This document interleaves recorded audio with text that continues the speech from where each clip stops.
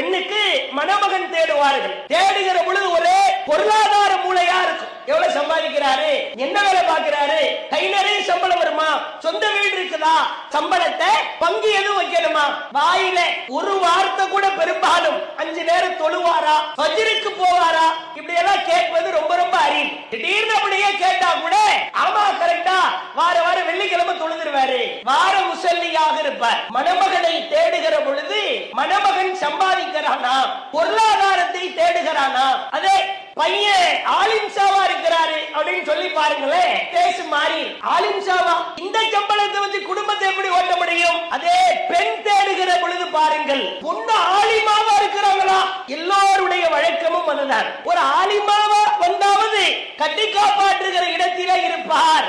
பெண் ஆலிமாவா, மார்க்கம் தெரியுமா? இப்படி சமூகத்தை நாம் உருவாக்குகிறோம்.